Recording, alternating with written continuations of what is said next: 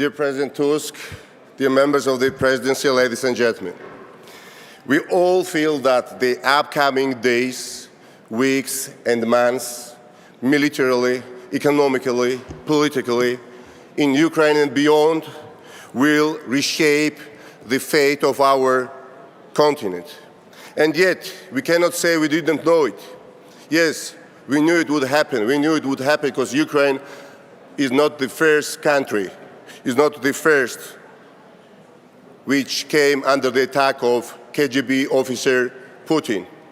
My country in 2008 was attacked by him, and 20% of its territory is still occupied.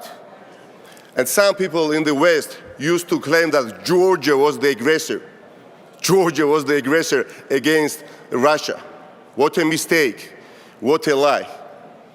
Georgia 2008 was just a dress rehearsal for Putin before 2014 and 2022. And why was the West so deaf? Why was the West so blind? Why do some Western leaders still today show reluctance to call a dictator, to call a spade after all? I believe this lack of realism and sometimes of courage leads to consequences that are just tragic. Ukraine, but Georgia too. A narcissistic, Gazprom-type oligarch has captured the Georgian state institutions and treats and sees the country as his private property. Exactly a year ago, I was in jail, and this is the European Union that posted my bail, the price for my freedom. But however, I plead guilty to be the voice of those who believe in a European and democratic Georgia, guilty to defend the victims of the government politically motivated justice.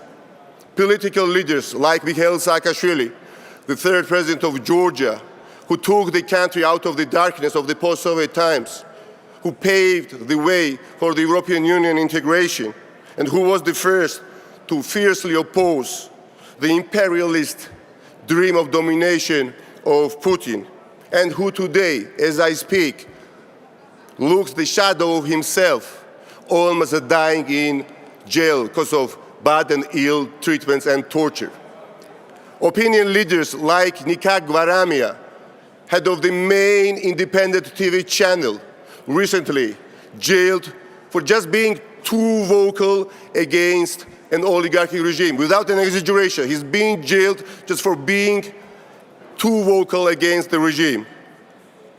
Guilty to represent my fellow citizens who feel ashamed not to see their government embracing the wave of support for Ukraine and the Ukrainians. And finally, I plead guilty to refuse to see my country fall on the dark side of the new Iron Curtain promised by Putin. President Tusk, you and me and some others in this room know the cost of Russian domination.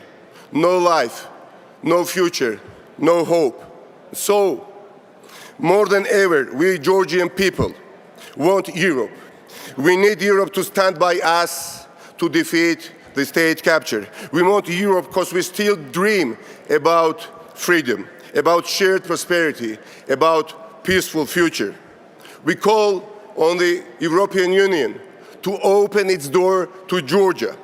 We know the path will be long and complicated, full with the obstacles, but we should pursue it together.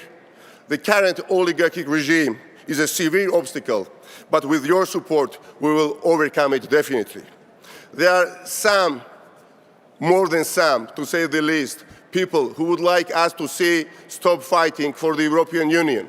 But we will never cease to fight for the European values. We will never flee, and we will never flow. Thank you very much for your attention. Thanks a lot.